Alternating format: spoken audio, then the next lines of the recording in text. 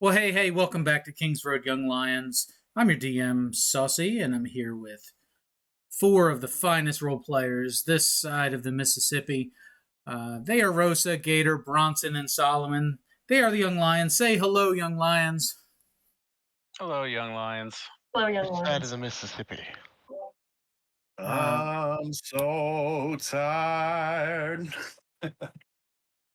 Technically, I think we're on both sides of the Mississippi, but we're all over. We're representing a little bit of East Coast, a little bit of Midwest. And I'm north of the Manson-Nixon line. There you go. Well, hey, we've got a big episode coming up this week. Last week was the vacation episode, although the party didn't trust it one bit. Well, we're going to do a little recap of that just to fill you in. And where we started, we had left the town of Timberclash after literally blowing it up. And things were getting real bad, real out of control. It was time to leave, right? So a little bit of a pleasure cruise around the capital and a complete naval blockade of the capital city, which now has a magical dome over it.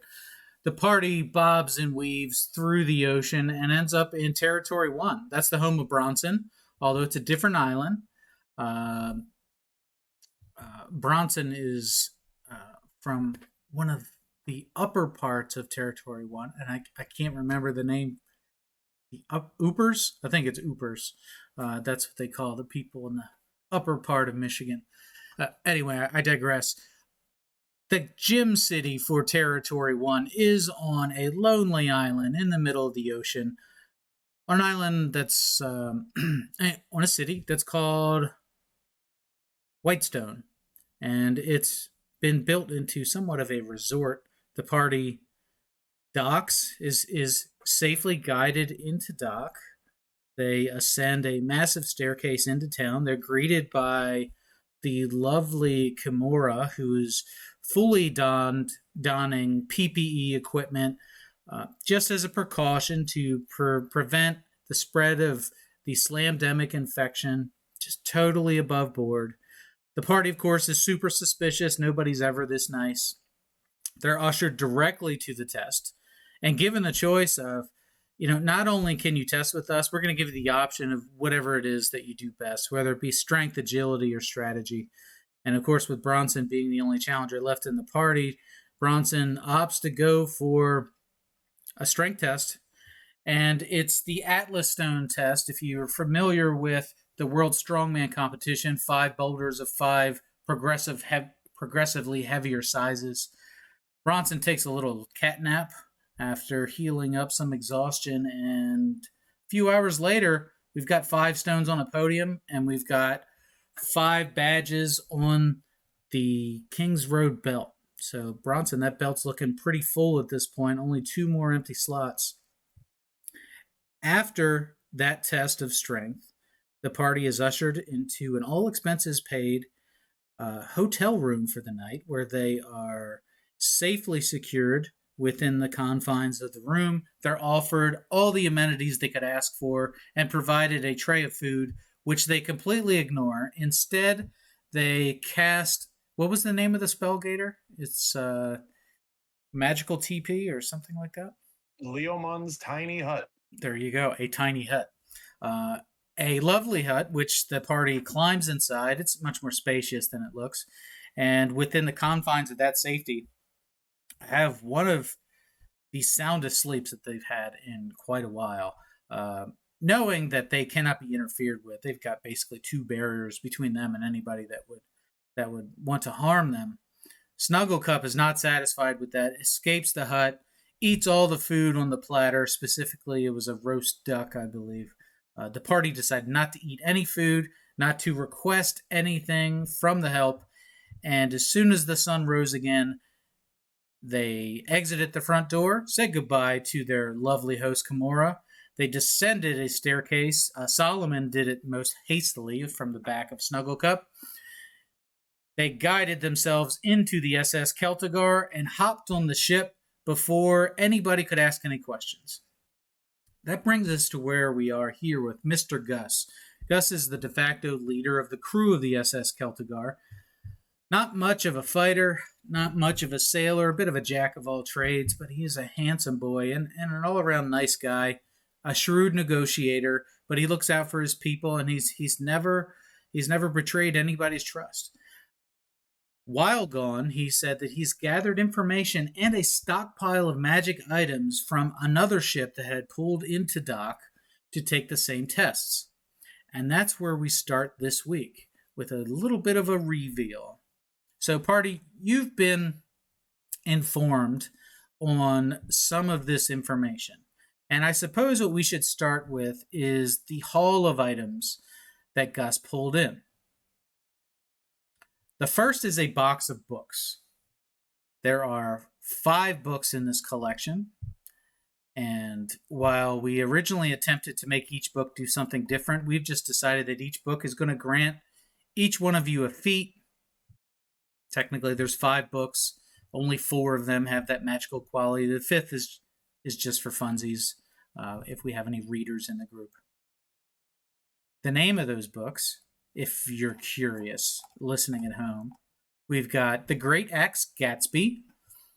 We've got The Poisons of Anarchy. How to Win Duels and Seduce Dragons. Eat, Pray, Cast, and The Subtle Art of Not Giving a Fireball. So, with the help of the party, we selected those books. And party, you are going to be learning feats after you complete reading those books. So the way that we're going to role play that is you're going to have to pass 3 intelligence checks over the course of a couple of weeks, a few days, if you can dedicate yourself 100% to reading. And upon completion, you'll have a new feat, which you can share with the group what that is. We will get to that when we get to that. So back to the stash of items. The second stash is a box of 6 unlabeled potions of unknown description. They are of various colors, sizes, and viscosities. There's a few ways to figure out what they do. I'll let you decide which is the best for your party. Third, there's a puzzle box. Although it's more difficult to open than it appears, there are certainly some magical qualities to it. So a very unassuming box of which its contents are unknown. The contents of the 4th item are very well known. It's a +2 light crossbow. Basically, it's a pretty badass crossbow. And maybe we can finally get the party to start pulling out their light crossbow. I know a couple of us have campaigned for that. We'll see if that actually happens. And the 5th item is a pair of magical jorts that makes the wearer go invisible. It's a size medium, so you'll have to squeeze into those if you've got a dump truck. Otherwise, use it at your leisure. So Gus has said he had to pay for those items, was a total of 1,000 gold pieces for those items, in addition to the information he was able to trade with the members of the other ship. So party, that was the offer, 1,000 gold pieces for those, for that lot of items. Do you agree with Gus? Are you going to pay him the 1,000 gold pieces for those items? I pay the man. Yep. Without a doubt. This is a good haul, Gus. This is a good haul. We'll figure out what these potions do and whatnot, but good work. Yeah, this was like if he hit a magical garage sale, this was a good buy. Oh yeah, I'm already holding the crossbow. Like, ooh, that's pretty nice. The crossbow itself has an inscription on it. You can see this with your passive perception. And in just plain common, it says, "If you ain't down with that, I got 2 words for you." And you can guess what those 2 words are. I'm going to guess the words are light crossbow, but I'm probably wrong. Roll initiative. I guess I would have guessed that they were cross and bow. Okay, so he said, I've also got some other information that I want to share with the group. And now's the time to go ahead and reveal that to the party and to the listeners. Item number 1 is the rumor about King Jerry. And beloved King Jerry, he was one of the founders of the kingdom long ago. That history has since been forgotten, but King Jerry's reign has been the story of legends. He's responsible for the ongoing King's Road system of government. Some of the party actually disagrees with that, so the king passing, not a terrible thing, but it has left the government of the kingdom in a state of flux. So details about how the king died are murky at best. There is lots of speculation. I'm sure you have your own theories on that. Details are murky, as in MERC. Yeah, MERCY. Murky. But now with their got murked. Well, you know, It was Gary Gygax at the Gen Con with the original DM's guide. He could have just, had some bad seafood curry. It just got to him. The case of the bubble guts. King Jerry, was he in poor health, or was it's hard to say. It's hard to say. So news of the king's death and the formation of a new government has been swirling, and there's a lot of panic. There's a lot of speculation and hesitancy about what does that mean for the kingdom? What does it mean for the territories? What does it mean for the King's Road? What is known is that Alfarius Cone, the current world champion, and the Iron Council are still very much intact, and they are now ruling as an intermediate committee. Yeah, wasn't King Jerry just kind of a figurehead to begin with at this point? Well, King Jerry relied heavily on the advice of the Iron Council and the world champion, but ultimately King Jerry still was, like the Queen of England. It was a symbol of leadership amongst the country, and provided stability because of his accomplishments earlier in his life. So now with him gone, most people have only known a life where Jerry was at least one of the ruling class. There were originally 4 that ruled together, he being the final one to pass. So now, what does that mean? And there are separate groups of thought on what the new government should look like.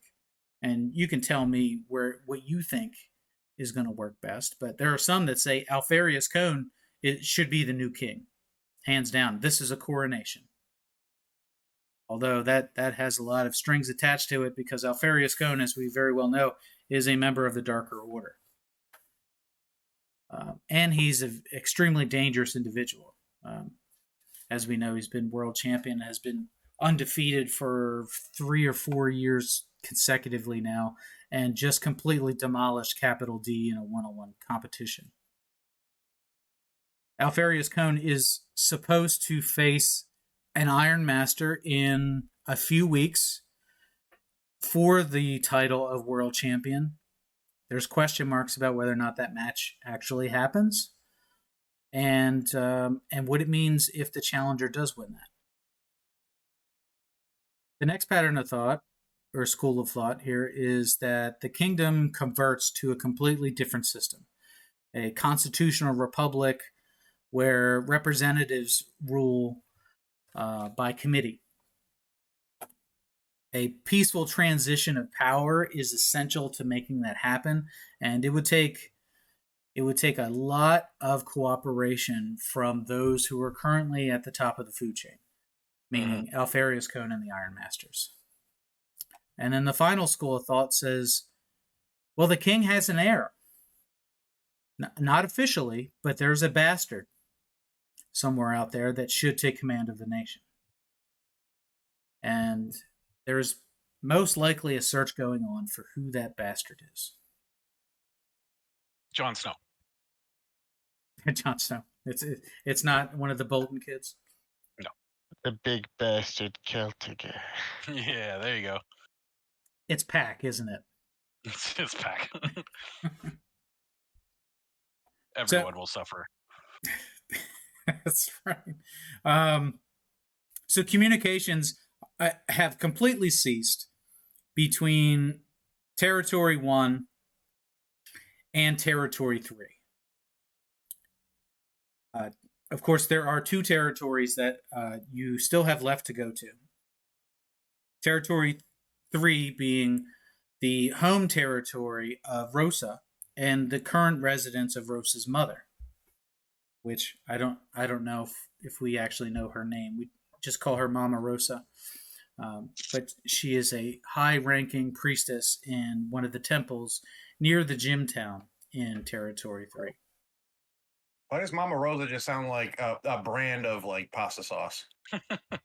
Oh, I might be right. It does. How sounds dare you talk about my delicious. mom like that? Hey, Oh, your Rosa, mom your is an mom. enterprising entrepreneur selling her sauce. That's a good thing. Yikes. Gator says, Rosa, I was supposed to tell you something about your mom. And that is... I don't remember. It was so long ago. Not Thank you, important. Gator. So there are additional rumors about Territory 3, and unfortunately, Gus says this in a tone to Rosa that is very careful. Rumors are that the gym town in Territory 3 has been suffering greatly from the slamdemic, and that the death toll has been higher there than anywhere else.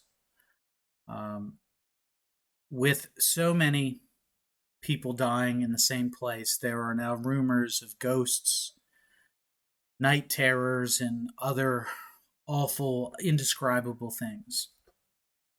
Without any communications happening between Territory 1 and Territory 3, it's hard to confirm any of those rumors, but it certainly is concerning. Now, Territory 5, on the other hand, is a tropical paradise. You know, this is like it's like Bora Bora, Tahiti. It's the Maldives. It's lovely this time of year, and typically it's flooded by residents of the capital who go there on vacation, and they have their drinks with little umbrellas in them. They hang out on beaches of white sand and clear water. It's maybe that's the beach episode that the party's been meaning to have. But it's not the tourist attraction that it used to be. Now it is a place of refuge. It's a destination for people who are escaping illness and persecution within the capital. Not only that, it's serving as a muster point for challengers who have waited to obtain this badge and now are very concerned about whether or not they'll be able to finish the King's Road at all, because there are gyms that are blown up, there are gyms that are disease infected, there are gyms that are completely shut off. And this particular gym in Territory 5 is difficult to beat because, well, the official word is that a vision quest is required and that the challenger must take the Rainbow Road into a magical tomb where the badge there's like awaits. a hidden temple or something like that. That's right. There is a hidden temple of which its destination changes every year. The location of that temple has been discovered. However, the number of people able to obtain the badge is minimal at best.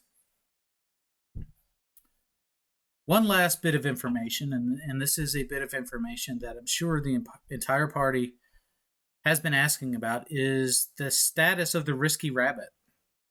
Of course, we know that the Risky Rabbit served as a fast travel point for the party, who, through entering a magical portal under a bed in room 6, would walk through an oubliette into a room with ladders going into each of the 7 territories, plus one going to the capital.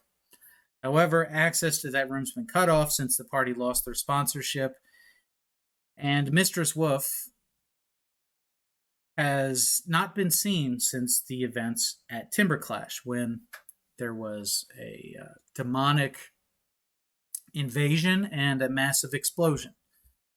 So the question is the Risky Rabbit still in business? And the answer is some of them are still in business and some of them are not operational. Is there a Risky Rabbit in Territory 1? And the answer is, well, not officially. There's no physical location, but their services are still able to be acquired through special requests. However, the party has missed their opportunity to make those special requests. So here we are, back on the SS Celtigar, trying to figure out where we go, what do we do with these books, and who's going to taste test these potions. So party, what do we do next? I'm trying to process.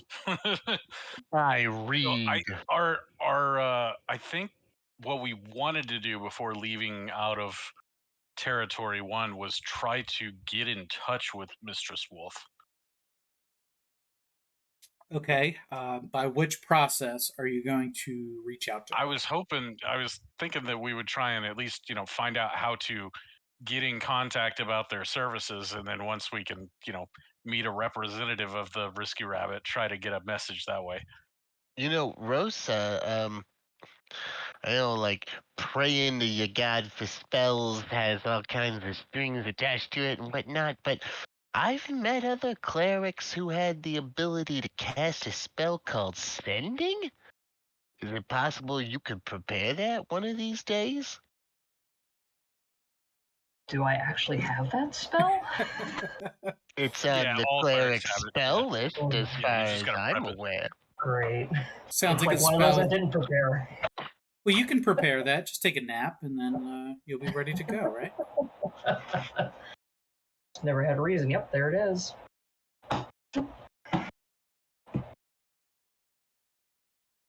So after a long rest, Rosa will be able to cast that spell. In the meantime, at the helm is Franco. We forgot about Franco and Big Varo. They also tested in Territory 1, were successful, retrieved their badges, and made the most of their time. They took advantage of all the amenities that were available within the room. They mentioned they had a different host. They did not have the lovely Miss Kimura. They had the handsome and jovial Dr. Baum. Said he's just a great guy. They told him that they would keep in touch, but they had no intention of ever seeing him again. But, it's a pleasantry. So, bit of a tangent. I don't know why I went off on that. But Franco Marco is the Polo. captain of the ship at this point. Of course, he's the most qualified navigator of the group. And he's just looking for a direction. Which way do we go? Do we go west? Do we go south? Originally, the plan was to hook all the way around and go to Territory 3, and then finish on 5, and then head to the capital. I think that's still probably our best option, since that's what we're down to. It's going to take the longest to get to Territory 3, and that's farthest away from the capital, which is where we gotta go when we're all done. Yeah, so do you guys just want to go ahead and go the boat way, and then if we get an answer back from Mistress Wolf, maybe we can meet up with her in Territory 3? Yeah. I don't see any reason to deviate from the current plan, so sure. Very well. You'll go ahead and you'll start navigating that way. Of course, Franco is very good at what he does. This isn't his ship, but he's familiar with the ship. He's been on it many times before. So there's no worries in your minds or hearts about the direction of where you're going. After taking a rest, there are a few options, and shall we start with the sending message from Rosa? Okay. I just had it. There it is. Short message. Before we rest that day away, could I read the book before bed? Could you read the book before bed? Let's see. It'll take basically an entire day of studying in order to take an intelligence check. Then I'll do that tomorrow. Or it'll take a week of light study to take an intelligence check. So Hefty study over here. Yeah, there should be plenty of time. If none of you are navigating, I don't imagine that anybody will have a problem passing their tests. Gator offers to pilot the ship, and everybody like hits him with their hat and shuts him up, which he feels is unfair because it, like, you know, one bad performance behind the wheel, and all of a sudden you were never in the Navy. Come on. Anyway, that little soliloquy. Yeah, I wanna be reading my book as well. Try to get those done as fast as possible. Okay. Which book? Well, we know which book Bronson is going to take. The Great Axe Gatsby, of course. Eat, Pray, Cast. Oh, you're taking Eat, Pray, Cast. No. No. The Great Axby. Yep. Yeah, that you know, we should have consulted you guys first before coming up with these names. That's Everything's always better on a rewrite. Mm-hmm. Yep. Agreed. Okay, so how about this message? Do we want to do it first thing in the morning or wait till the end of the day? Yeah, you want to get that one off as soon as possible. Yeah, but I'm probably going to have to do that in the morning because I do not have that prepared. Yeah, so everybody's had a long rest at this point. It is the morning now. It is a lovely morning. Calm Look at me. seas, and it's a fine day to be alive. You know, now's probably a good point to mention just how great the last couple weeks have been for you guys. After all of the chaos and violence in Timberclash, for months you were there, just looking behind, over your shoulder all the time. I mean, Solomon, you almost blew up the entire town with a bomb in your hand, and things were pretty dicey there for a while. To be fair, I don't think any of us anticipated the output of that explosive. We figured it would just only blow up the tavern where the Hardway hung out. Who That's knew true. it would annihilate the whole town? That's true, but it was much funnier this way, so that's the way.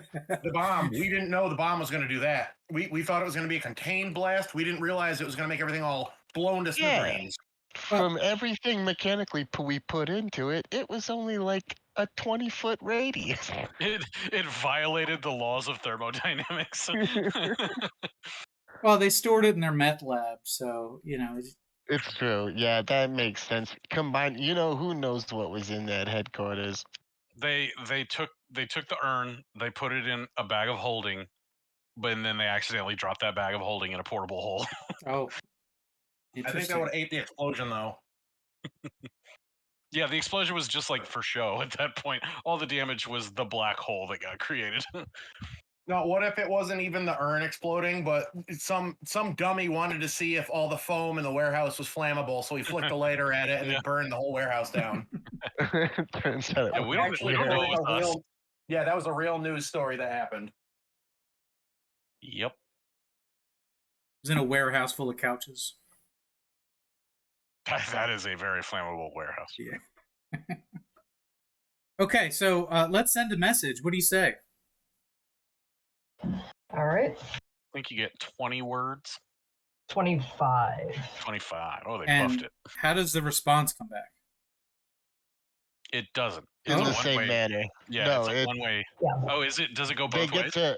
they get to respond, but they only have 25 words. Ah, okay. Oh, Yeah, well, that's correct. that works better for me. All right, I'll fire up ChatGPT. It doesn't work if they're dead. You should flavor it as like you fold up an origami paper crane, and then you talk to the paper crane. You say whatever the words are, and then you let the paper crane go, and it just flies off Oh, that's fun. and delivers your message, and then comes It back. comes back 10 seconds later with a response. It's like a magical tweet. It's like, sorry, Yes. you hit the word limit. You know, you're gonna Yeah. have to send a second tweet. Sorry, 140 characters only. That's right. Subscribe to premium. Oh, Premium sending. Is there a premium sending message? I don't know if it's one you can pump up with a higher spell slot or not, but it just sounds funny. It gets you access to like a really broken version of augury that doesn't ever work. Hmm. That's grok.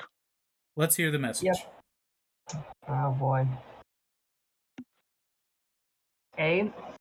The last Okay. word should be, I wonder how many are words that... A. It's Rosa. So that's 3. Need to meet. Stop. Yeah. Keep it simple. How- yeah. You should How be are fine. you? Need to meet pronto. Thank you, Rosa. Well, That's that also was Sincerely. much Very more respectfully. pleasant.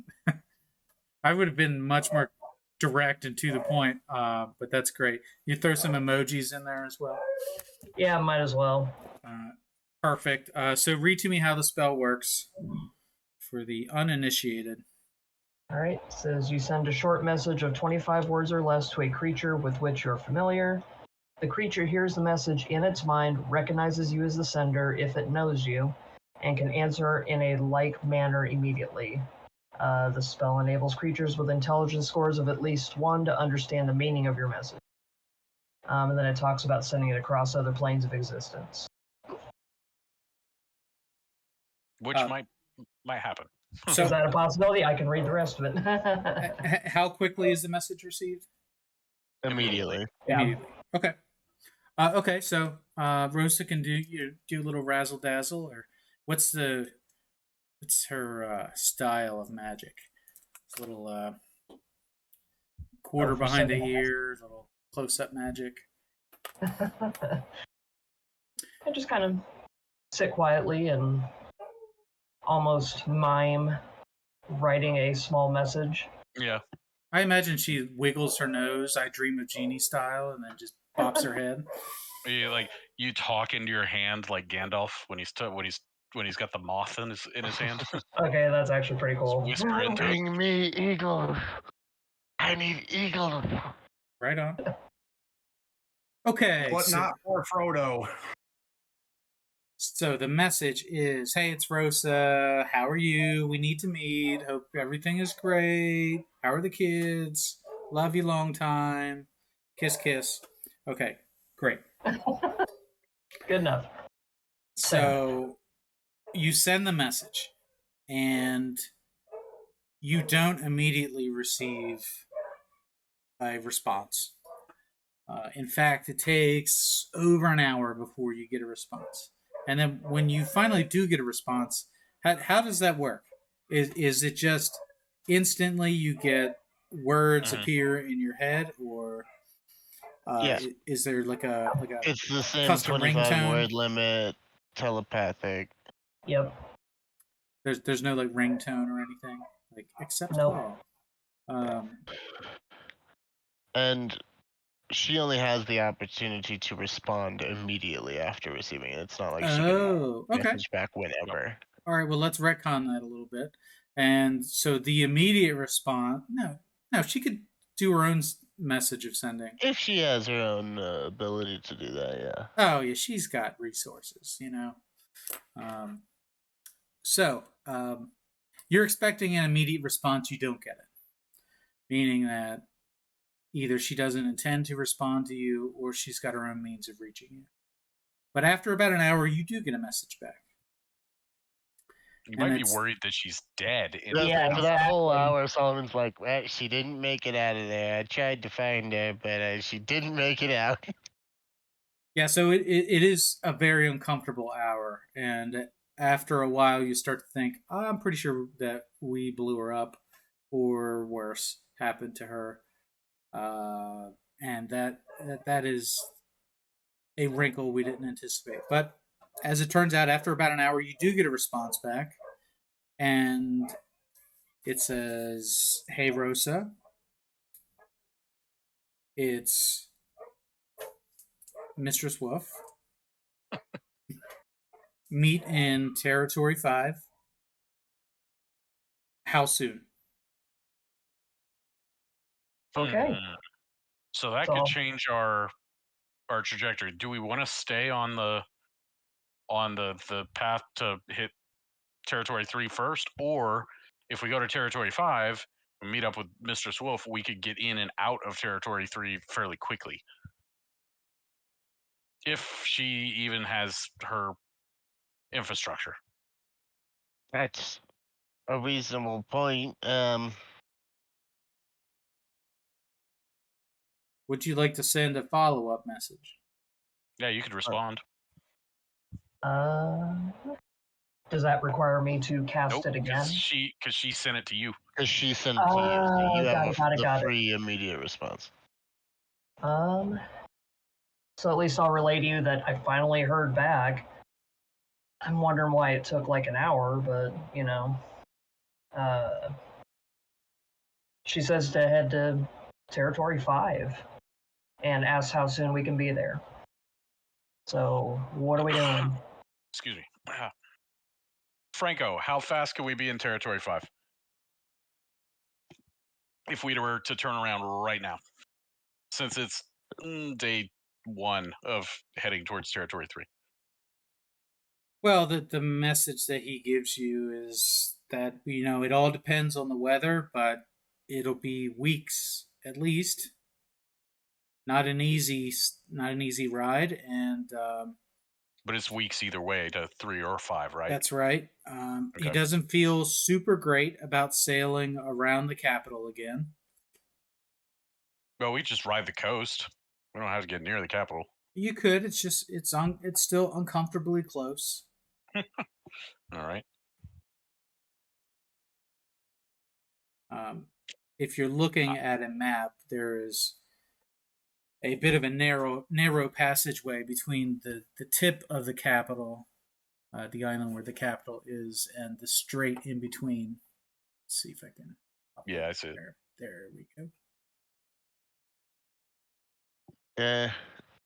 I mean, as far as King's Road is concerned, the way the rules used to be, we are not hurting for time. Mr. Wolf wants us there as soon as possible. It's weeks minimum. I mean, maybe we ask her if she can meet us in Territory 3? I mean, I could do that. Yeah, but there's no guarantee that she'll be able to pop off more than one, at least for right now. We should probably just either make a decision. I don't think we're going to be able to have enough time to ponder that other than like, okay, let's go. I'm down for going to 5. I go wherever the young lions go, so. Yeah. So, just a reminder, before you make this decision, They don't want to do that. You can send more than one message. True. I can't. All right. Well, yeah. Let's try that. Still have the spell slots. Yeah. Yeah. And even if you use all the spell slots, you can have a nap and tomorrow. Right. So do we want to try to see if we can meet her in, I'm sorry, were we going to 3 or 1? Yeah, the plan was to go to 3. Right. If she can meet us in 3, fantastic. If for some reason that is a non-starter for her, then we will go to 5 first. Yeah. I agree. We can ask if it will be more convenient for us, though. All right. So message back will be, on our way to 3. Can we meet you there? Praying hands emoji, send. Okay. You do get an immediate response this time. And it says, can't get to 3. We'll be in 5 whenever you're ready. Okay. So if she can't get to 3, I'm betting that the infrastructure is not functioning. Yeah. Because if Yeah. anybody could get to 3 it quickly, it would be her. So Yeah. let's go to 3. Let's knock that out, and then we'll meet her in 5 in a month. Okay. I mean, worst case scenario, we could find another way to deal with, like while we're trying to handle this, we could try and get an Yeah. airship or something like that. I mean, like there's other ways. They'll cost us money, but if we've got to find a way to get faster, maybe we can. Fair enough. All right, I guess. Or maybe we can stop by the Risky Rabbit and say, hey, we're dealing with, we're talking with Mistress Huh? Wolf. What's the deal with with room 6? Why Or is it if not it's shut functional? down or Right, taken over, we could right, just investigate or clear the place out for them. right. Maybe we can help reestablish her infrastructure there. I mean, if she can't use it, Right. yeah. It could be the the area of least resistance, aka that central place, the hub, is not functioning right now. Right. Perhaps I that blame you, Dark demi-plane no Order. longer exists and they have to come up with a new one. Yeah. Or maybe Bronson's right. We'll have the chance to check it out while we're there. Yep. Sounds good to me. All right. Onward to Territory 3. I guess I can use another sending and just let her know. Mm. We'll see after Territory 3. Be in touch. Kisses, Rosa. From what she said, if you were repeating it verbatim, it didn't seem like she had a tremendous sense of urgency to get us there. She didn't say like Territory 5, come here now. Or Yeah. anything like that. She was like, let me know when we need to meet. Yeah. That means that, it doesn't seem like she's not in a safe place right now. And it doesn't seem like, she's got any time sensitive, opportunity for us or anything like that. So let's finish out this route to 3. That means that for the rest of the time after we finish 3, then we're headed towards the capital instead of away from it. And so we're making the loop rather than having to possibly hook back around and then double back. I almost want to do another sending just to touch base with my own mother. Do it. Since I've heard the news, I've got one more slot left after talking to Mistress Wolf. So you sent You Mistress can use Wolf. higher spell slots for them too. Yeah, Oh no, never mind. No, excuse me. Wait, It's no? a 3rd level spell, isn't it? Yeah. Yeah, So it's you- 3rd level. You sent Mistress Wolf one more message. I do that's- have a 4th level spell slot, though. Anyway, Yeah. so, yeah, I'm gonna get in touch with my mother and what is it? Well, before Hey, you do Mom.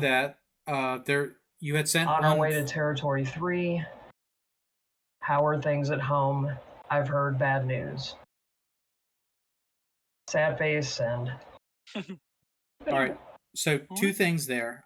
You had sent one final message to Mistress Wolf, in which, while you're trying to figure out what to send your mother, you get a response back. And the response says, just so you know, room 6 no longer works. All right. Roger that. And I'll definitely relay that to the group. Okay. Yeah. We're gonna look under that bed anyway. Okay. Just So because I'm curious. So you send a message to your mother, and it says something along the lines of, "Hope you're doing well. Let me know you're okay." I'm paraphrasing. Yeah, good enough. And there is.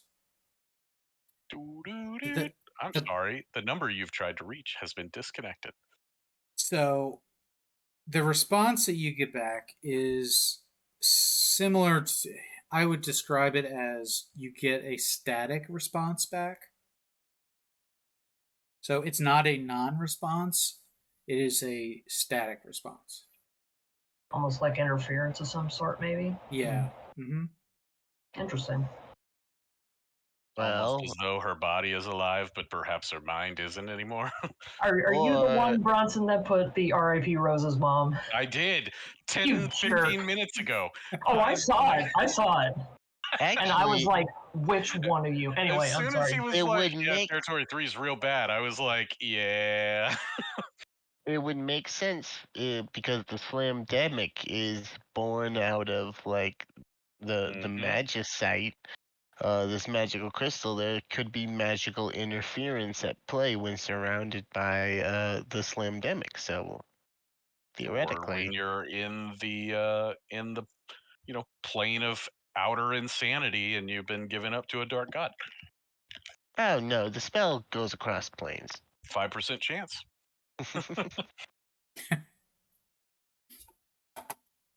All right. So are we ready for a boat ride? hmm All right. Boats and books. Let's do this. And Boats and deep hoes. reading. Everybody's on a boat. So cue the "I'm on a boat" song. And let's read some books. It's book time, y'all. I Woo. assume everybody's going to read some books. Can I get bardic inspiration? I don't see why Um, not. I will hand out some bardic inspiration.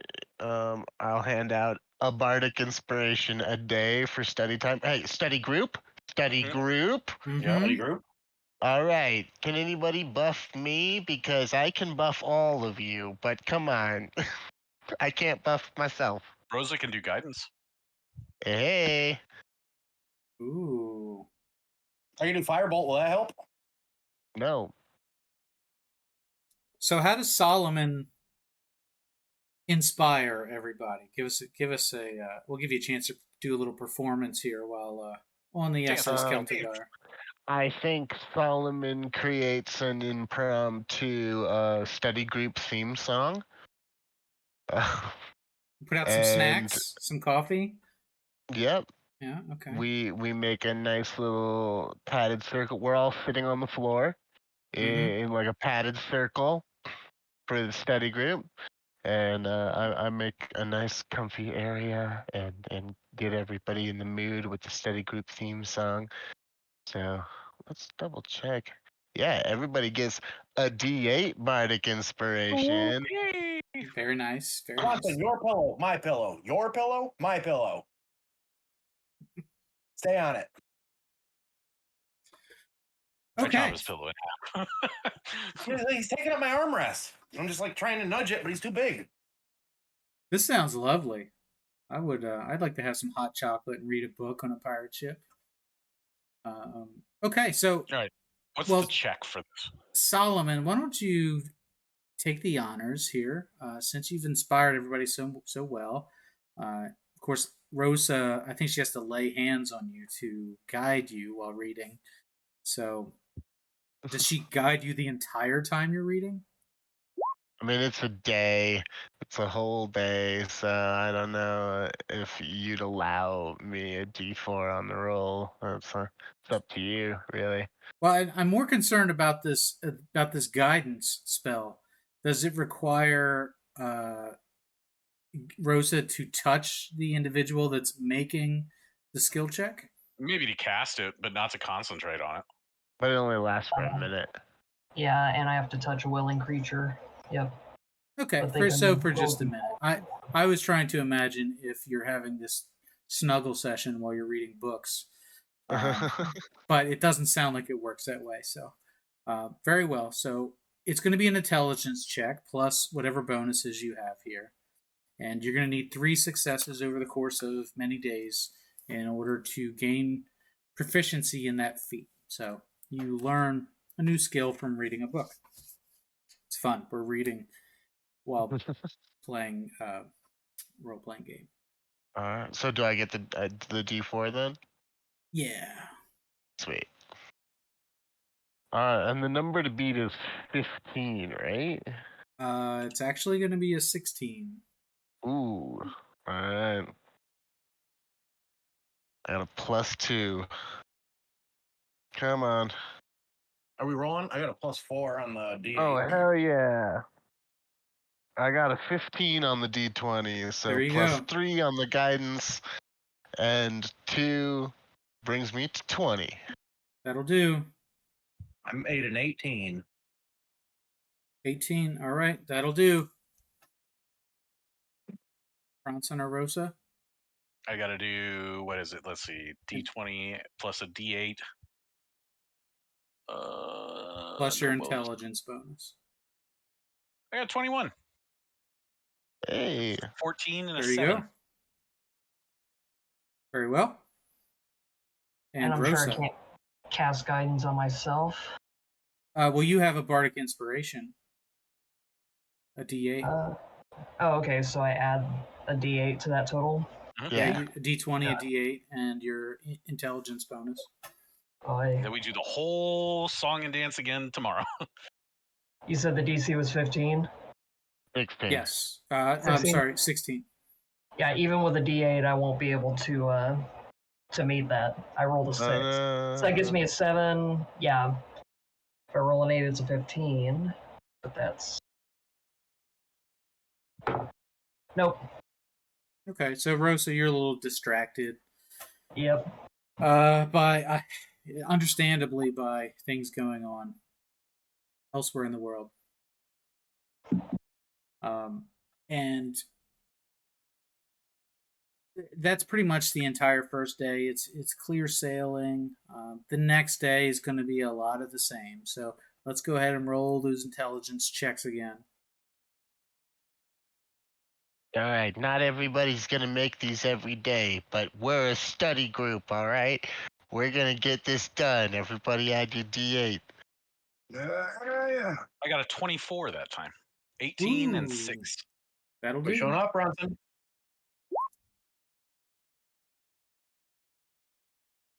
I got a 7. 7? That's hard. Yeah. 13. A 7 and a 14. 13 and a 14. Unfortunately, they do not pass. Bronson is set up like a recliner out of crates. Like he's got like an office chair going on. He's got like somehow he's materialized reading glasses. He's got a pipe. And he's just like Bronson, reading if his you brain, finish Mark yours down? before everybody else, you still have to stick around and help. It's the study group. Indubitably. All right, so let's go ahead and let's roll checks for the next day. Hey, Brainiac, why don't you build a catapult? Watch this would be like a 4. It's doable. It's gonna be real bad. 17. That's a win. Yeah. That is that is a natural 1, and then 1 on the D8 as well. So a 2. Oh. Okay. Well, that I moved his bookmark. so on a nat 1, you're actually going to forget what you learned the day before. You're going to have to do a bit of rereading. Oh God! I told you I moved the bookmark. Jerk. It's like you read the whole chapter and you're like, I have no idea what I just read. I've done that, man. Mm-hmm. Like I've been like, I'll do that with like fiction, where I'll just be like a chapter ahead, and I'll just be like, I don't remember anything that I just read. You space out the whole page. Yup. You read the page, but you did not process that page. Yeah, Yup. done that. High five. Total of 20 for Gator. Here we go. Another 11. 11. Okay. Come on, Rosa. Rose is a slow reader, but it doesn't mean she's not intelligent. Okay. You spend so much time studying your ancient tomes. Yeah, but it's all like it's all wisdom, in, like, wisdom based. Yeah. Lyrics, and I roll my eyes. She just loves words so much that concepts are overwhelming. You have yourself the ability to give yourself proficiency in intelligence checks or something like that? Yeah, the ancient wisdom, whatever your class feature Lore, is. yeah. Yeah. Oh, Jesus. That just allows me, I believe, proficiency in something. I don't know if that's the way I'm supposed to use it, but... Another cleric I used to know had this, like, enhancement spell that he knew. It gave him, like, advantages when trying to do particular kinds of Fox is cunning. Yes, I can't learn that abilities. spell. I think that Rosa has some type of savant spell, like knowledge of ages or something like that. Well, yeah, I have that. I don't know if That's for skill checks, though, right? I was just Okay. checking. Intelligence is... One skill or tool for 10 minutes you have proficiency. Right. I would show the Okay. skill. Yeah, So it's not Yeah. I would training count this as itself. a skill check. But you could prepare enhance ability on one of these days and give yourself advantage. Yeah, also true. Or you could use your inspiration that we got from me being good at picking out booking. I think that may have expired. No, Um, inspiration doesn't expire. It absolutely It does does. expire. Oh, there What? it is. No, We DM inspiration expires. we let you. I told you you had to use it in the next 2 for one sessions. session, yeah. I actually extended it to 2, and I can't remember if last session was the first or the second. Last was the first. Okay, I'll give you that. I'll give it to you. And the because first was I the can't remember. last. So based on that, I don't think anybody used their inspiration token. Correct. But you have to use it during this session, or else Okay. it vanishes. Fantastic. I would not suggest using it on a book reading check. Oh, I will use it on a book reading. But you're not a wizard. Okay, so next day. And let's see who finishes their book first. Well, no, it's not Rosa. I think I got there. 17 would be my third successful check. Yep, that'll do. I got 10. Natural 20. Nat 20. All right, so Gator, you actually finish a little bit sooner than Solomon. Solomon, you're in like the last chapter of the book. And Gator's like, Slams the that was book. a good book. Still get the Slams it bardic shut. inspiration. Yeah. Okay. Eh. And I did cast enhance ability. 13, 14. Yeah, I finally passed it. 18, 19. Okay, and Bronson, how did you do? I got a 10. 10. No, that's not going to cut it. All right, so Gator, I tell just us. want to also shout out Rosa. I would not have made it either of my second 2 times without the D4. Yeah, no. 15 for me without the D4. So I finally rolled double digits. That was the problem. I rolled like 2 6s and an 8. So. Gator, tell us about this book you read and the feat that you learned from it. The book I read was called I had it on the tip of my tongue before you asked me. And then it was the subtle art of not giving a fireball. Yep. And that was very, very informative. And I think what I'm going to learn out of that is I'm actually going to dip into some sorcery and take metamagic adept. So I get 2 sorcery points and 2 metamagic options. Ooh, that's good. Okay. You'll just have to explain to me what that does later on. So sorcerers in 5e, sorcerers are the only ones who naturally get access to metamagic feats, where it used to be that everybody could take a feat to get them. And so they get like quicken and twin spell and heighten spell. So all of those things that used to cost like higher spell slots and like used to be kind of a pain to apply metamagic to your spells. Now it just costs sorcery points. So if you're like, I want to quicken this spell, you spend a sorcery point and then it's a bonus action instead of a standard action. I can cast touch spells out to 30 feet. Yep. Oh, okay. Yeah, there's a handful of metal magic feats, and then there's different costs associated with them. Like I think it's like 1, 2, or 4 sorcery points or something like that. All right. Well, if you're happy, I'm happy. So That's a good pickup for a wizard.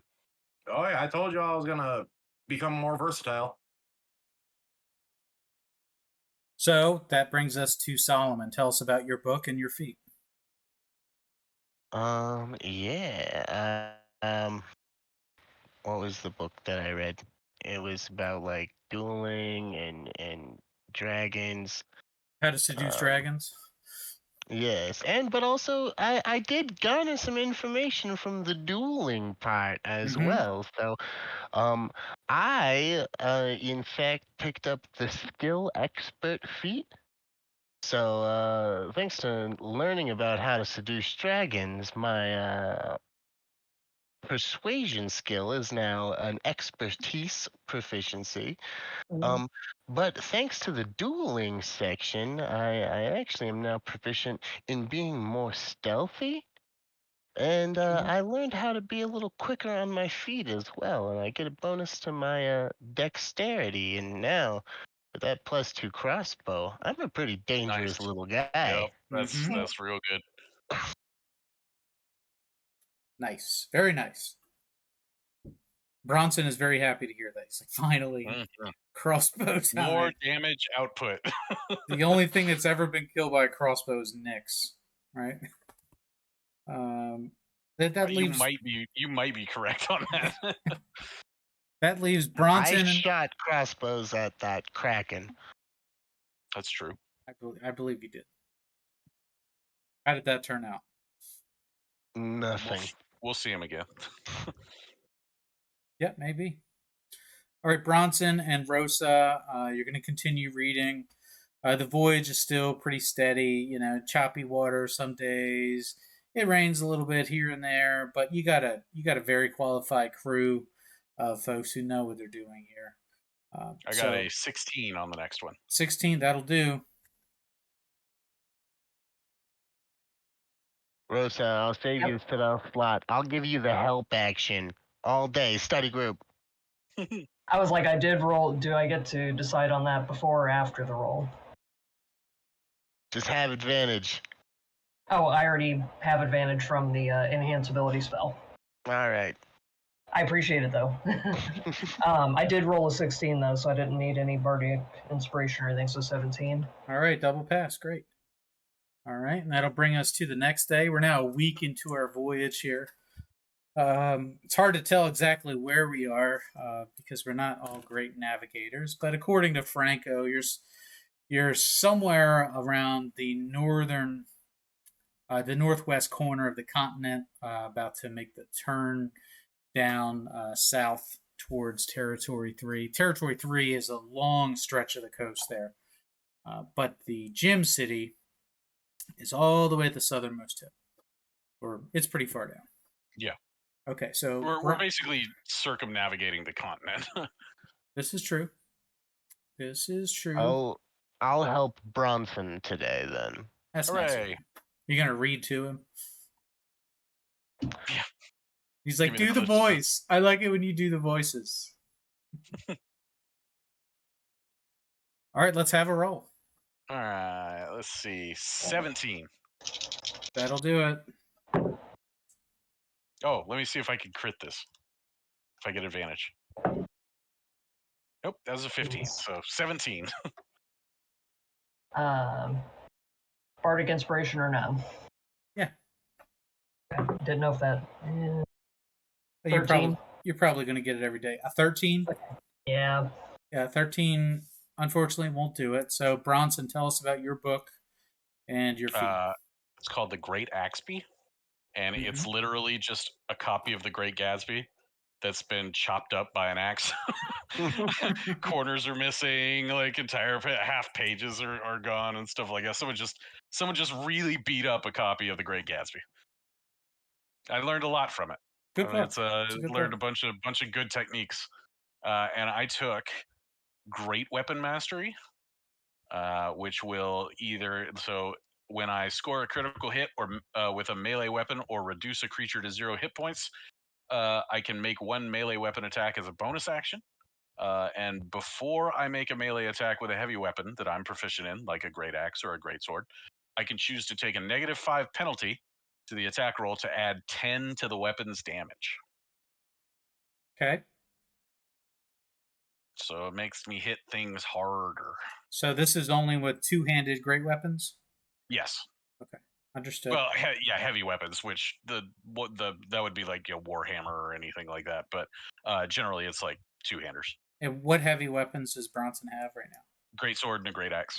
And I can't remember if the 2x4 is 2x4. one. Yeah. I I'm pretty think sure it's a that great club. Yeah, that- it is a great club. Yep. oh, So it yeah, is. Okay. Well, there you have it. anything Very that's well. real big and goes slashy or smashy. Gotcha. All right, so Rosa, the next day you finish reading your book. Tell us about what the book is and what your feat is. Let's see. Book I have, I read The Poisons of Anarchy.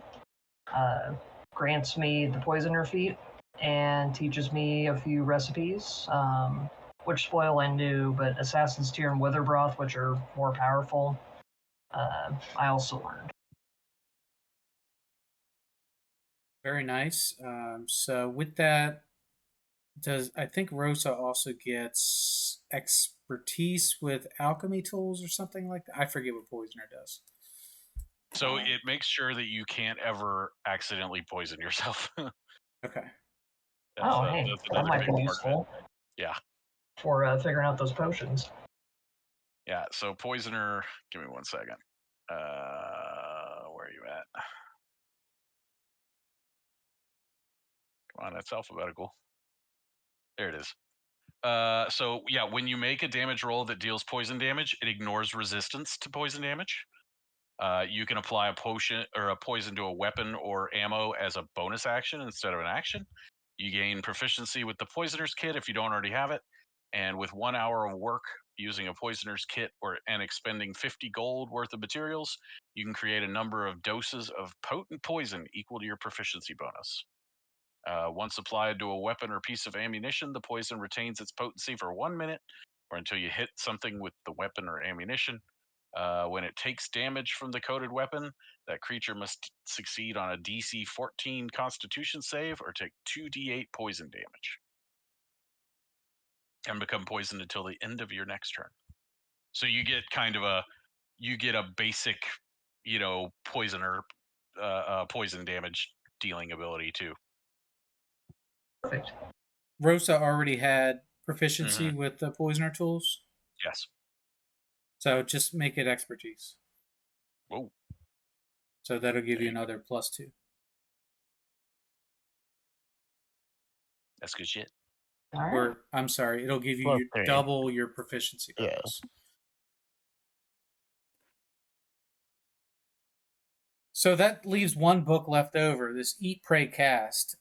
Gus asked the group, do you mind if he reads the book? You paid for it, but... You go right on ahead. You eat, you pray, you cast, guys. I believe in you.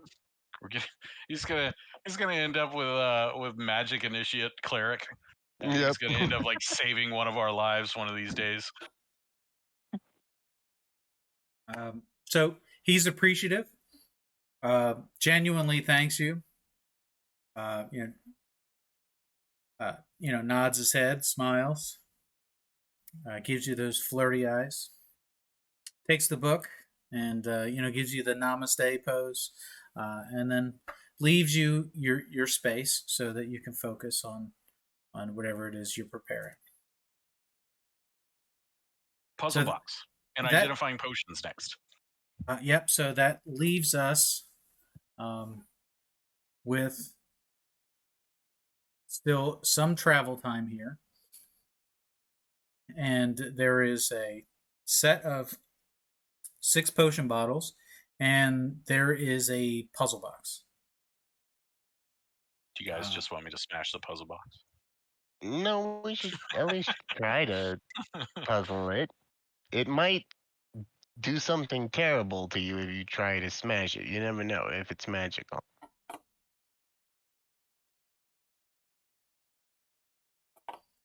So with high-end people.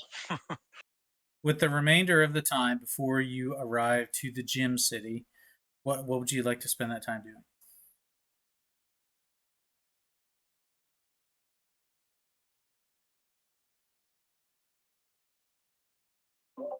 Well, Gator got the one thing he was terribly interested in. Mm-hmm. So mostly probably abscond to his chambers and continue to study. Very Just well. like the normal arcane things he would study. Yep, understandable. How about Rosa?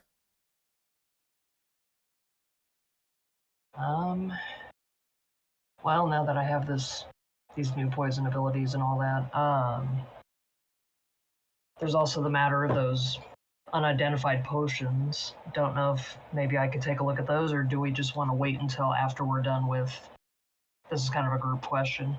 Do we want to figure this out now, or do we want to just wait till after the territory to figure out what these potions are? What are potions if not reverse poisons? You're probably the best to figure those out.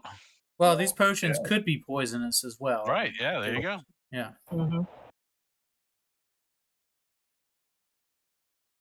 So I at least want to start studying those, and also keep trying to figure out stuff on the Slamdemic too. Well, there's nothing to study for the Slamdemic. Okay. Nothing that I can think of. If you can come up with a list of questions, you could be rolling the bones every once in a while. Huh.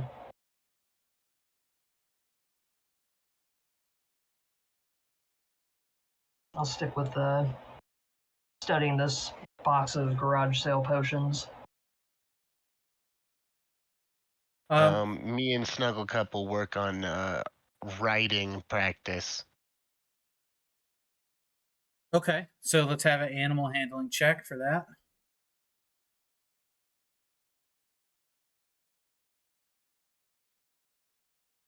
Oh, hell yeah. 26. 26, great. So we'll say that any attempts to ride Snugglecup now at this point will be rolled with advantage.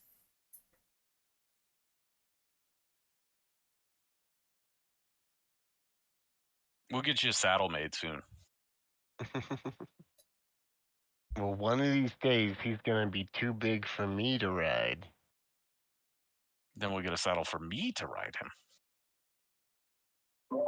It goes small, medium, large, so I'm next. You might have to juice him before you hop on his back there. Yeah. Okay, so that settles with Snugglecup.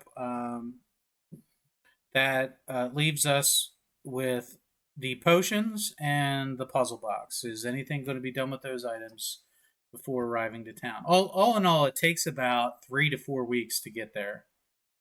So there is. And work on a puzzle box. Yeah, I want to. I'll study it with Solomon. And I'll work on the potions. Okay. I suppose we should roll for the potions first. By what process does Rosa want to study these potions?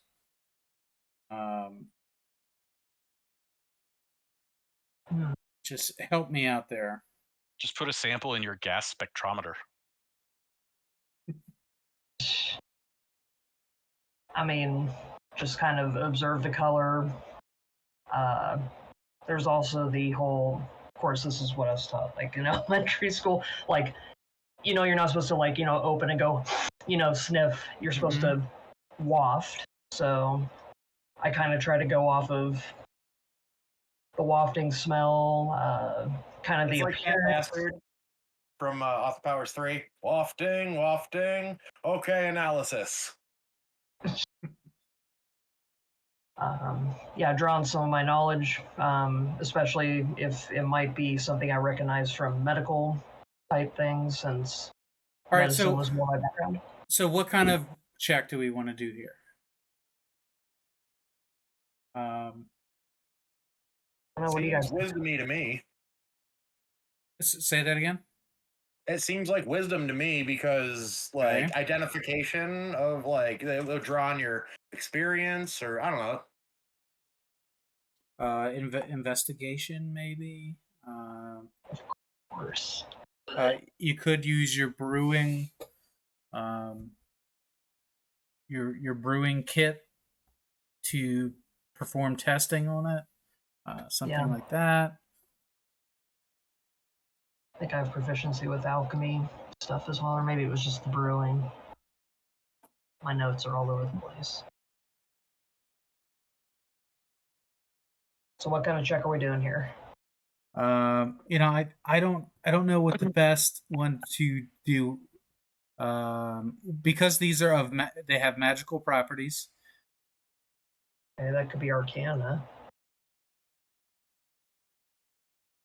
Yeah, let's have an Arcana check. Arcana would definitely do it. Yeah, Okay. I agree. I agree. Let's see. It has been decided.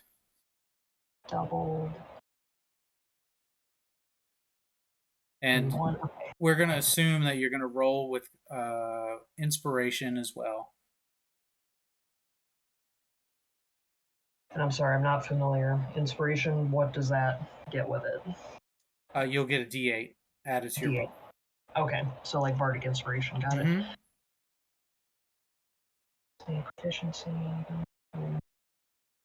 7, so 7, add that to it. That's going to go there. 27. Okay. Given enough time and with your expertise, your knowledge of Arcana, medicine, and of alchemy, you're able to figure out what all 6 potions are.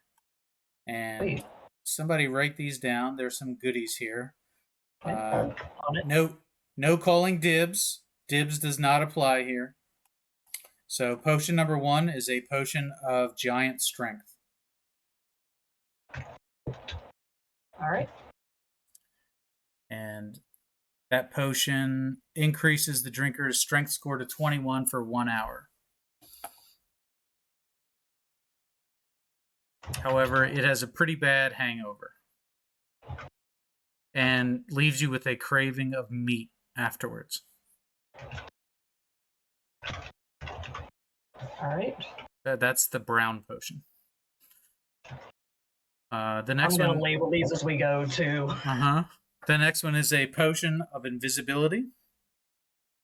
Drinker becomes invisible for 1 hour until they attack or cast a spell. Okay. Potion 3 is an elixir of madness. Drinking this potion causes the drinker to roll on that madness table that we rolled on before. Okay. It lasts for 1d10 minutes. Next is a potion of water breathing. Okay. Allows the drinker to breathe underwater for 1 hour. Makes you incredibly dehydrated afterwards.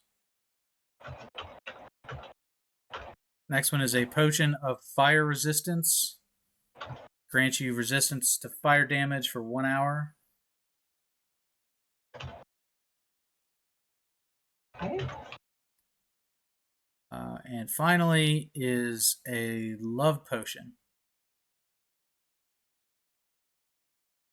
The next creature the drinker sees within the next 10 minutes becomes the target of their affection for 1d10 hours.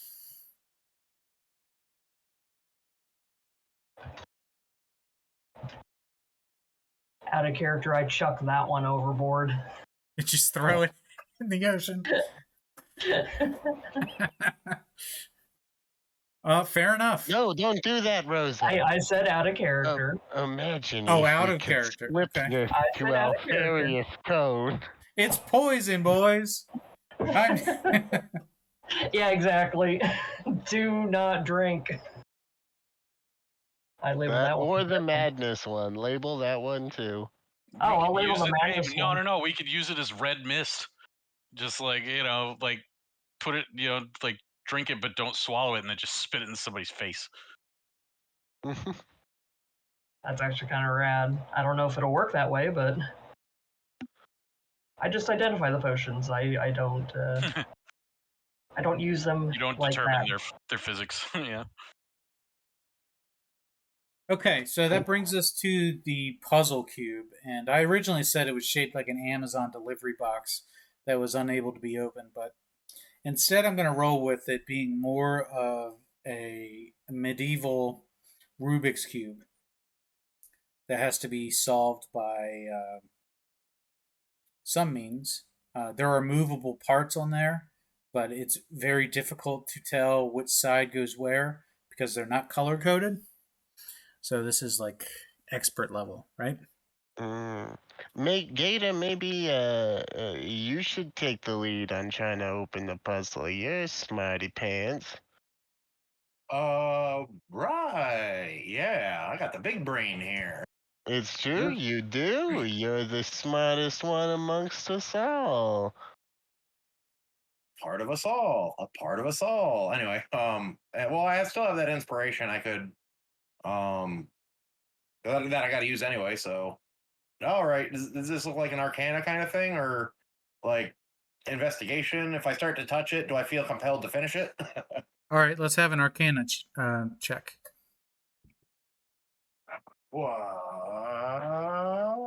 Ooh, 21. 21. So you determine that the puzzle box has a magical property to it. It's not just a simple puzzle box for funsies. Furthermore, you get the strong impression that there is a curse associated with it. Whether or not there are any positive benefits to go along with the curse, it's not a benefit. What's the opposite of a benefit? Boom. Well, no. Sorry, I was thinking opposite of curse. In addition to the flaws granted to you from the curse, are there any boons associated with it or prizes inside? Hard to say. But it's not. You don't get very good vibes off of the box. We should only open this in the presence of Alfarius Cone. That's what I'm getting off of this. Why don't we just make it a candidate for identify or something like that?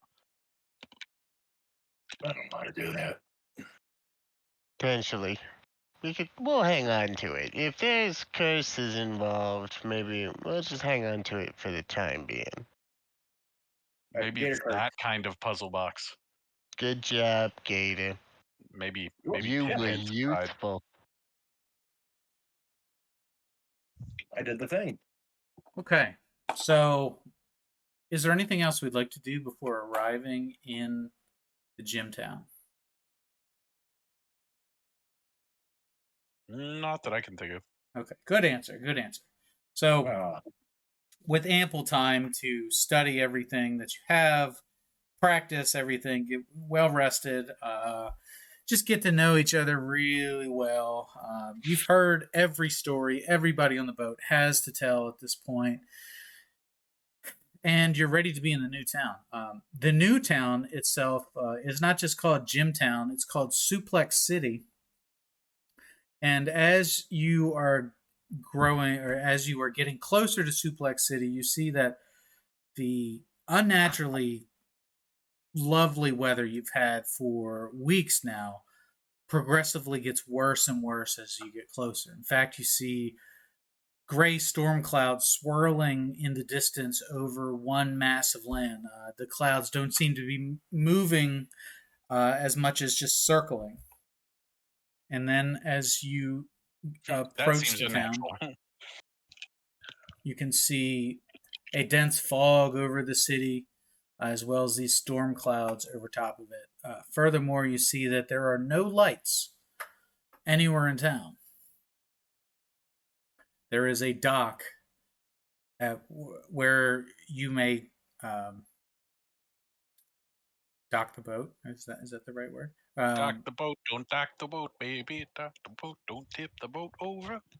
So before entering into the harbor there to dock the boat, Franco just kind of drops anchor and waits to hear from the rest of the party regarding what the plan is moving forward. And then now we should go scout it out before we bring everybody ashore. Definitely stay out of the dock with the ship. We'll go in the skiff.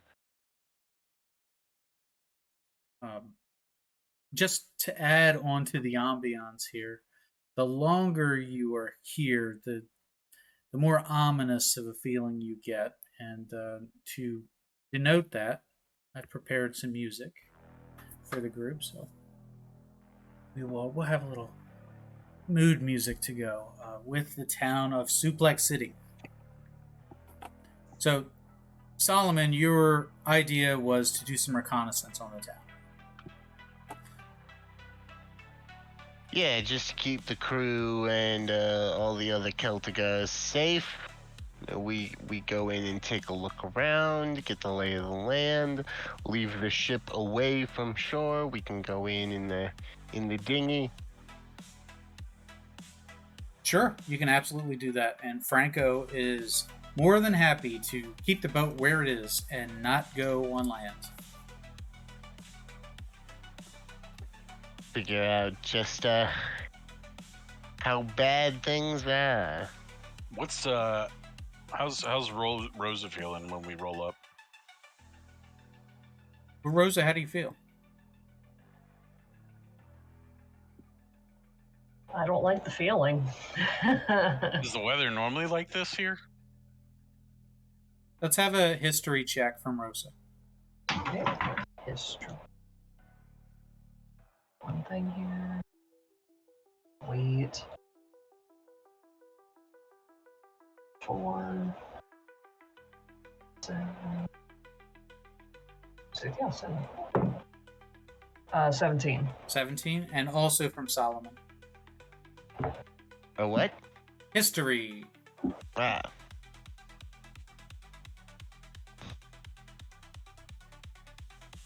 Eight. An 8. That's not great. So Solomon, you can't remember the town of Suplex City. In fact, you may have never actually been here on any of your other King's Road quests. It's a little out of the way. You know, it's one of the farthest away from the capital itself. So there's really no reason to be here unless you really wanted to be here. Now, Rosa, you know this city very well because your mother's temple is not far from town, just maybe a mile or two, and it can be seen in the distance on one of the hills. You can see the tip of the cathedral, one of the temples of Moradin. Is it Moradin or Mirrodin? Yeah, Moradin. Moradin, that's right. The city itself, you know it as a very populated city. It's a city that's rich in tradition and honor, where grappling is regarded almost as a religion itself. The people here, they fight through a style of submission wrestling. There aren't kicks and punches here like you see in Timber Clash. Everything here is about technique and honor and tradition. In fact, most people who grow up in this area have trained at one of the many dojos under a combat master, usually a former contender on the King's Road. And it's really a town of great reverence and discipline, unlike any other territory. That speaks to Rosa's ability to be the voice of reason and calm in most situations. It's something that's associated with the culture in this area. Very stoic. Very stoic, disciplined, very, but in a way that's respectful, right? Non-judgmental. So the way the town looks is very unnatural. Usually it's alive with activity. Usually the harbor is alive with activity, and there is none of that going on now. However, once docking in the harbor, Rosa, you know the way to get to the temple from the harbor itself. And that's probably where I'll end up heading first. I'm way too worried about it. In addition to the harbor, in addition to the temple, you also know where the gym is in town. And the gym is at one of the most well-known and highly regarded dojos in town, where there is a dojo master that will test the discipline of contenders through different series of tests. Some of them are their ability to withstand punishment. Yeah, we're about to get sent to the heart dungeon. Breaking of ice blocks, catching flies with chopsticks, that sort of thing, waxing cars, whatever it takes to learn the art until the sensei, if you will, feels the need to promote a challenger to badge status. They remain under the instruction of that dojo. So you know exactly where that is. You know where the temple is, as well as many of the other businesses in town that have been there for a long time. You know where they are as well. But it's been a few years since you've been back home.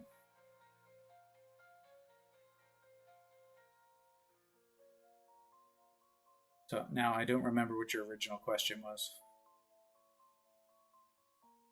Oh, I was going to go to the temple. Directly Yeah, to the temple. the question was, how does Rosa feel about Sure. seeing the town? Is this natural? Oh, Like, is this the way that she remembers it? Very And different. Yes, Nope. we know. Very yeah, different. the answer is no. Very different. Okay. Well, let's have who wants to navigate the dinghy to the docks.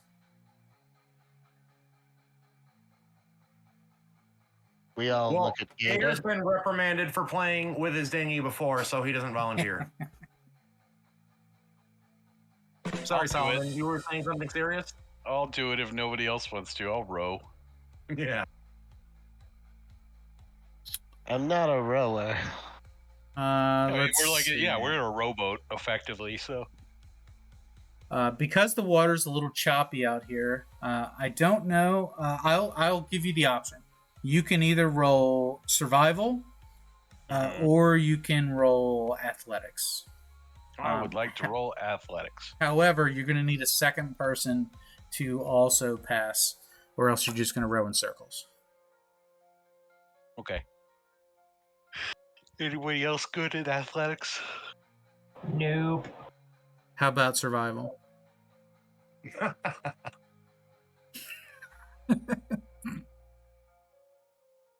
I can do sleight of hand. You can do sleight of hand. Okay. I'm very good at sleight of hand. All right, I got a 16 on my athletics check. Okay, so that's good. You can certainly propel the boat. Now we just need to make sure we have someone who can stabilize it from the other side. So if Solomon does a little sea shanty while paddling to the boat, I'm sure either Rosa or Gator can get it the rest of the way. So which one's it going to be? Either survival or athletics? I mean, I can do a survival check, but... Gator, I thought you were a sailor, my dude. Sailors all have different specialties. Mine had nothing to do with either one of those. Just say this is not a sailboat, you know. And I was the quartermaster. I was in charge of the weapons, I lie. Oh, wow. All right, Rosa. Let's have a roll Gator. with a 1d8 inspiration added onto it. That's sweet. +3. 9. Oh, no. 9. Okay. Fair enough. So there's some struggling going on while trying to keep the boat straight. A little bit of an argument between paddlers in the boat. Bronson, maybe you don't know your own strength, or maybe Rosa just isn't physically capable of keeping up with you. I mean, I'm a halfling, so... Yeah, the boat does get turned around a couple times. Let's have one dexterity check. Let's have I a can do that. Let's have a dexterity check from everybody, actually.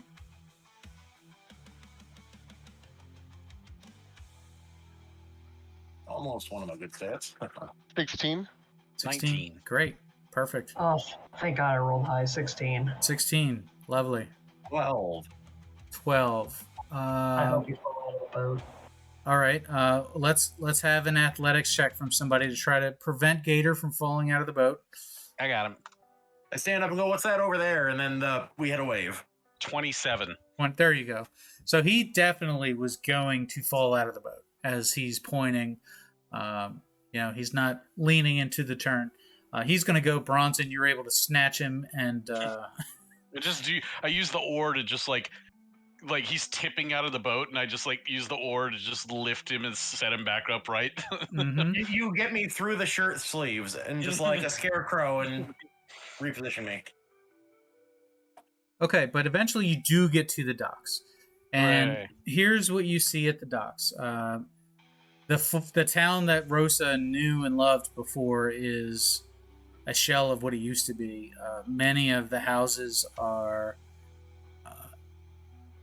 not only abandoned, but they're also weathered and worn, almost to a point of it looks like they've been this way for a long time. Like they've been aged very quickly or vacant for a long period of time.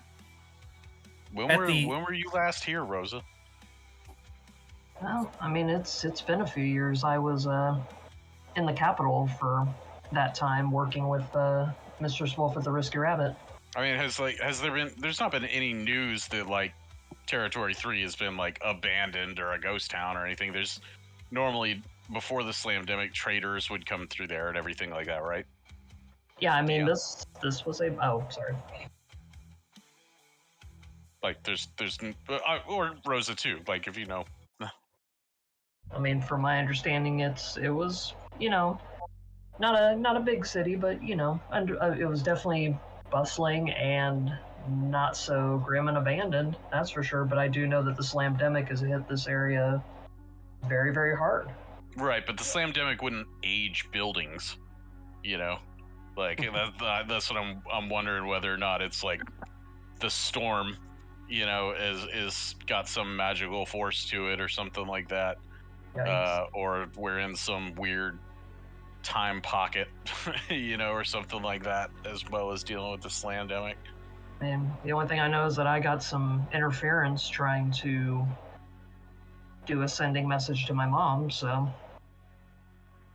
Let's have a perception check from everyone. I'm good at that. I'm not good at that. 6. 11. 7. Natural 20, 22. So the other item of note, Solomon, upon entering the harbor and dismounting, disengaging, Disembarking. disembarking Yep. from the sea vessel, the dinghy.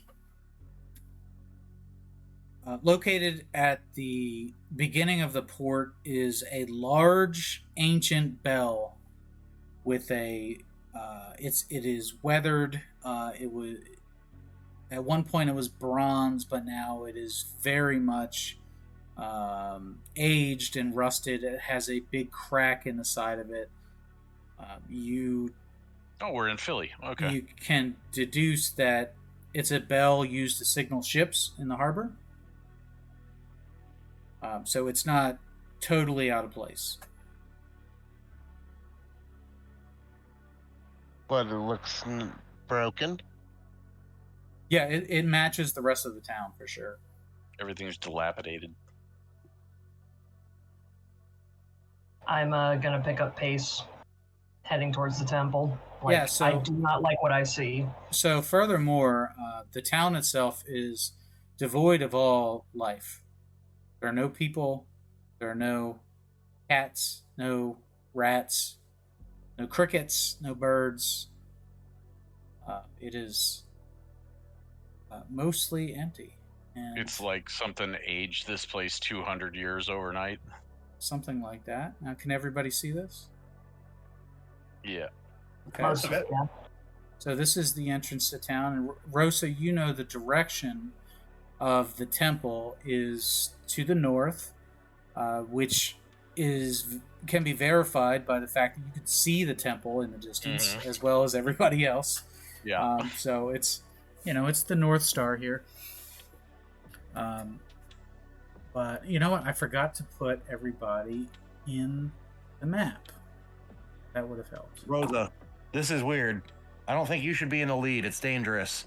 Somebody bigger, stronger. Bronson, you do it.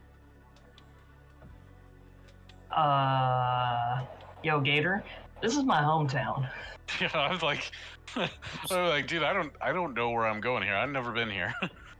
And I forgot What? Bronson can't understand directions.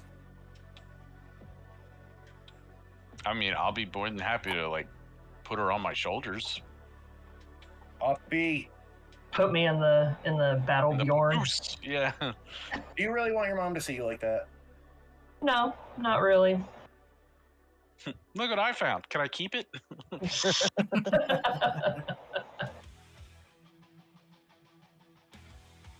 I'm we have having Bronson at home.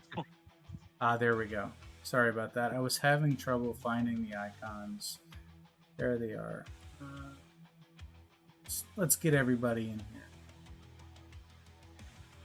Of course, there's no Zinthral to put on the map, but we do have a Snuggle Cup. Are we assuming that Snuggie came with you? Yes. Yeah. Okay. And let's see. Does everybody have control of their icon? Snug for all intents and purposes from now on is a combatant in our group. All right. Well, let's give access to all players. You now all have control of Snug. We are now transitioning from the Snuggle Cup part to the Face Ripper part. There we go. Perfect. Okay, so We're gonna have to hook Snug up with some magic items soon too. You just strap a laser beam to his head. An amulet works. It'll Yeah. be great. No, I want slippers of spider climbing for Snuggle Cup. some kitty barding.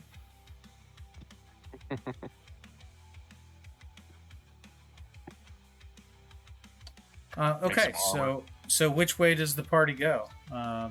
You can assume you're all shared initiative at this point, so move whenever you want. Yeah, I think we're moving at Rosa's clip and letting her like lead, but we're defensive for sure. So I mean, like she could be in the front, but I'll be right there with her. Snug probably too. So Rosa in the front.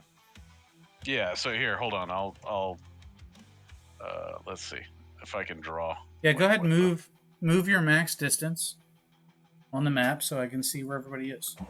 10, 15, 20, 25.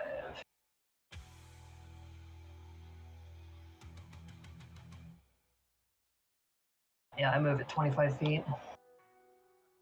But I will add a note here that I may not be in quite my what's the word I'm looking for? I don't want to say right mind, but you know what I mean. I'm a little bit You distracted. yeah, distracted. There's a word I'm looking for and I can't figure it out. But anyway, move on. Not in fighting shape. Solomon, roll a charisma saving throw. All right, that's one of the good ones.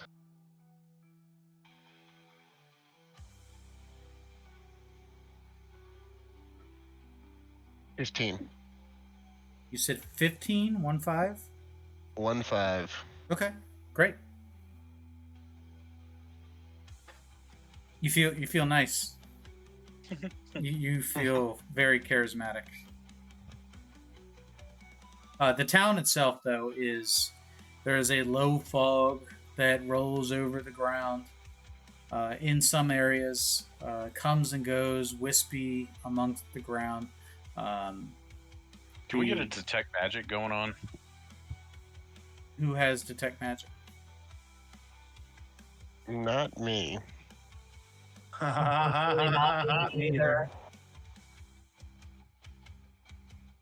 I don't do Casters. magic. They're more like parlor tricks. I should have taken meta magic. Or Yo. should have taken magic initiate. I am your friggin' healer over here. I'm preparing in the event that you guys get beat the hell up. And I play with shadows and light. Perfect. So it sounds like there's no detect magic. Yep. Nope. Oops. Okay. I mean, you can do an Arcana check. Okay, that I Don't can. worry. One of us has that. Let's see. Not with a roll like that. 12. Well, 15? 15. Okay, that's good enough. So, Gator, well, you notice, I mean, you can confirm based on what you see here that this town did not naturally age this way. There is some type of magic, and you can assume evil magic at work here. The combination of the fog, Yeah, I was wondering whether or not the fog is going to start messing with us. well, it might. Like, if it's a spell effect. Gators isn't aware of any magical fog. He has no experience with magical fog, so there's no indication there. It's smart to keep a healthy distance and to be cautious of it, in case it's like an acid cloud or something like that, you know? So with the Arcana check, really, you're able to determine there's magic forces at work here, but it's impossible to pinpoint what type of magic or It's just like a residue all over everything. which Yeah. direction it's emanating from. It's more Yeah. your knowledge of magic, knowing that there are signs of magical damage and unnatural aging going on here. Furthermore, you believe that it's probably best if Solomon stays close to you and to not wander off. He's got little legs. Yeah, Sure. at this point, just direct. Direct me on where we need to go, and I'll take point. Okay. We can all go at Rosa and Solomon's pace. Like, I don't have a problem with little legs, but I just want to make sure that we've got all the points covered. We're like, we need to be rolling through the town with our eyes peeled. Gator casts mage armor on himself. Right on. Got it. Okay, you can go ahead and move again. I'm just gonna keep heading towards the temple unless you guys. No, you're good. I think that's a good plan. We just need to make sure that we don't get separated from each other, and that we keep an eye out for everything. So I would say we're moving as a group.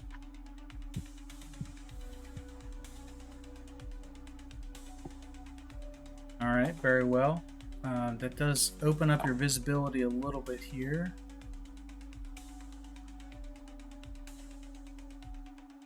It's hard to tell what you can see and what you can't see. Does Solomon know he made a charisma save, or was it just a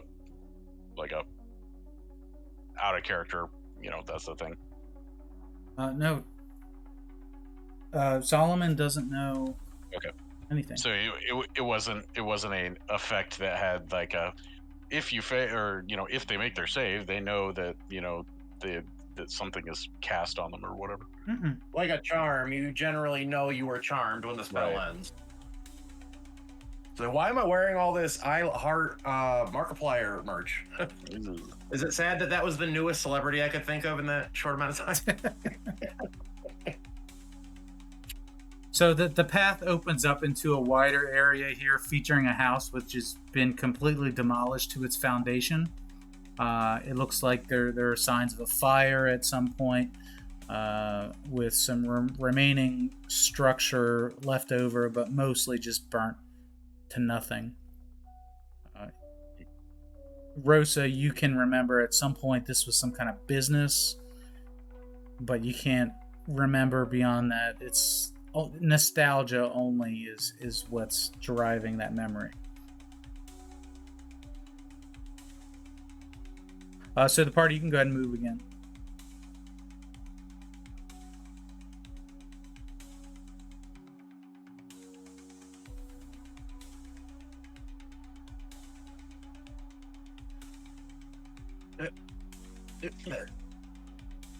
Just hold on to one of my belt loops, Gator. Yeah. As usual, I know the procedure. All right, Bronson, roll a charisma save. I'm just gonna tie a stone to one of his belt loops so he always thinks I'm holding on to it. That is a 2. Oh! It was a Okay. 3, but I have a -1 modifier. Orcs. Okay. Just a moment.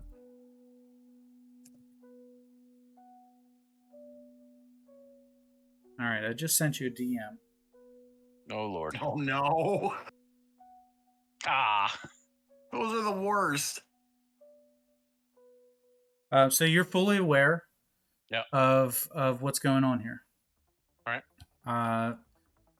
So, all right, Bronson is going to continue walking. Let me see if I can. Here we go. I got it. Just ping a spot. There you go. Oh.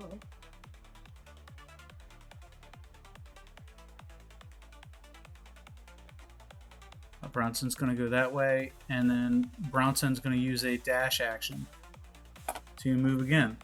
So as he goes down this hallway, he breaks into a sprint running that way.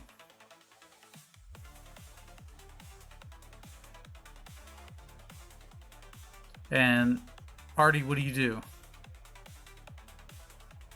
What's he doing? Meanwhile, I'm reviewing my spells, like, if something's going off here, like, what do I gotta do first? Oh, boy. I should conjure some elementals. I was like, I guess I could have tried a Dispel Magic.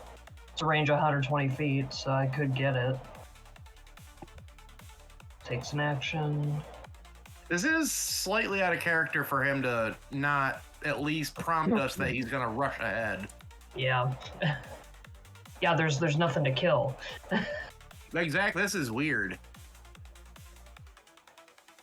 I don't like this. So we're Rosa, let me try that because I like your spell slots better than mine. Okay. where Bronson has ran, the fog is particularly thick. However, you can certainly see him, and as he's sprinting away, he comes to a complete stop, and then turns around and faces the group. Oh, good. Bronson? Is this the day I get to hit Bronson with a guiding bolt? So at this point, Bronson is completely catatonic. He's looking at you, but not responding to what you're saying.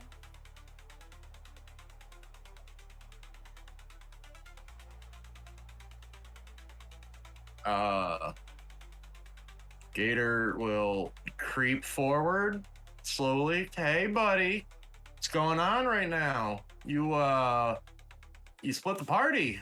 I don't like that. Maybe you should wiggle, dispel magic. Maybe you should come back over here and keep us safe. All right, Gator, let's have a charisma saving throw from you. Yes.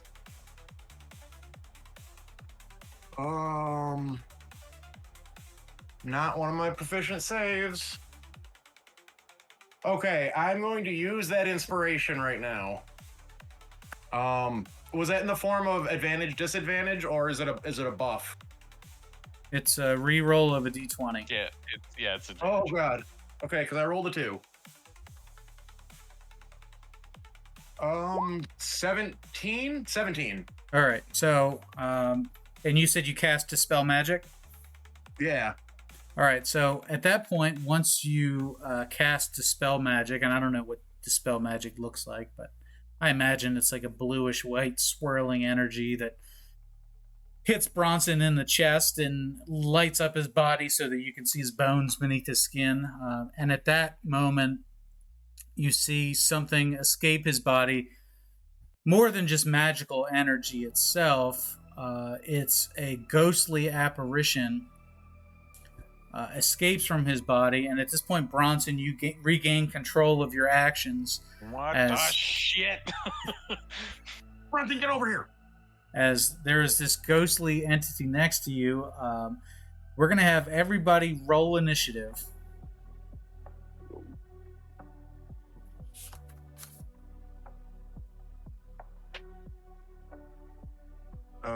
Numbers are hard.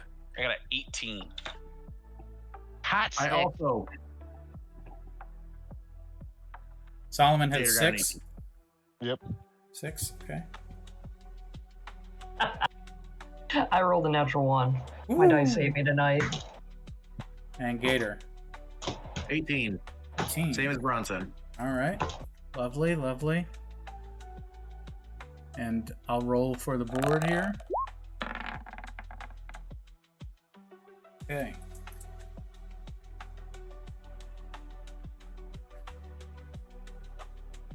All right, so as that ghost escapes from Bronson's body and takes it appears in the figure of a tormented woman whose head is disconnected from her neck, and her hair swirls as if she were underwater at the time. She has a tortured look upon her as she levitates off the ground, and while she doesn't appear to be specifically angry, her natural reaction is to attack. Not only that, her reaction is to also call upon other spirits to shift from the ethereal plane into the material plane, including the one that had just previously tried to possess Gator. And let's see if we can... There it is. Whoop. So Bronson had tried to bait the entire party into possession over here, and Gator took the bait. And Solomon, at a distance, you can see another ghost in that direction. And Rosa, let's have a perception check from you. Okay.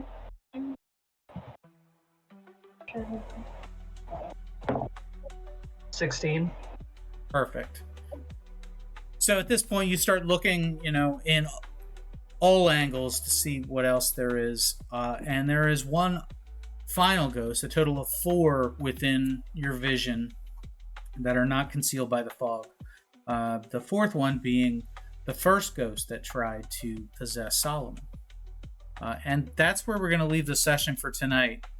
About to hop into combat here in the town of Suplex City. It's a ghost town, literally and figuratively. It's bad times all around.